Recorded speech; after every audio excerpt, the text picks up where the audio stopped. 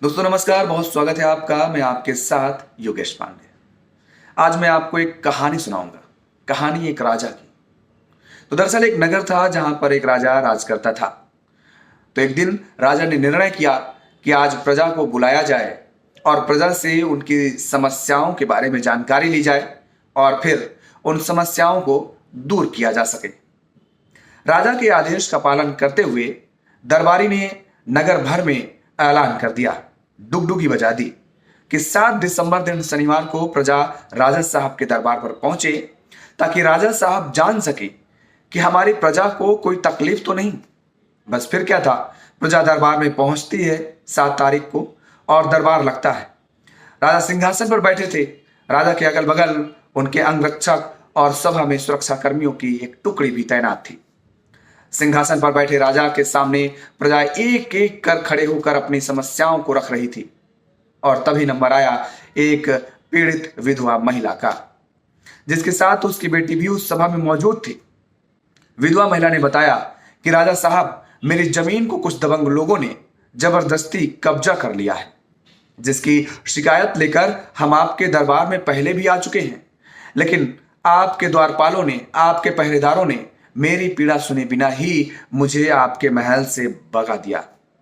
महिला का दर्द शायद कुछ ज्यादा रहा होगा तो राजा साहब के सामने आवाज भी शायद थोड़ा बुलंद हो गई थी। बस फिर क्या था, राजा साहब को पीड़ित विधवा महिला की तेज आवाज अखर गई और राजा साहब गुस्से में आग बबूला हो गए, तमतमा गए।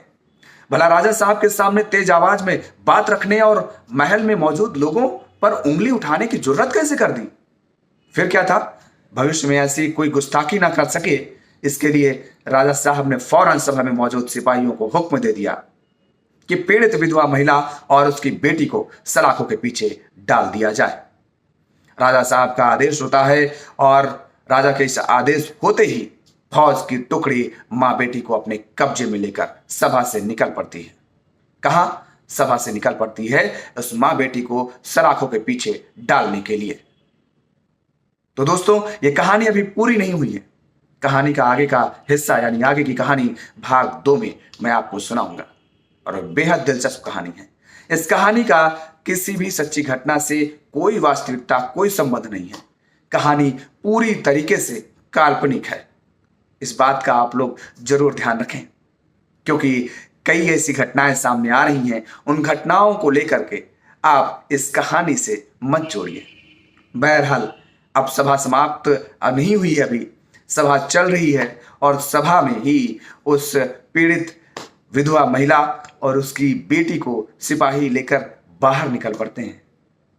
अब आगे क्या होता है, अब मैं आपको भाग 2 में सुनाऊंगा, लेकिन जुड़ते रहिएगा और कहानी सुनिएगा। कहानी बेहद दिलचस्प होने वाली है आगे के भाग में और भी।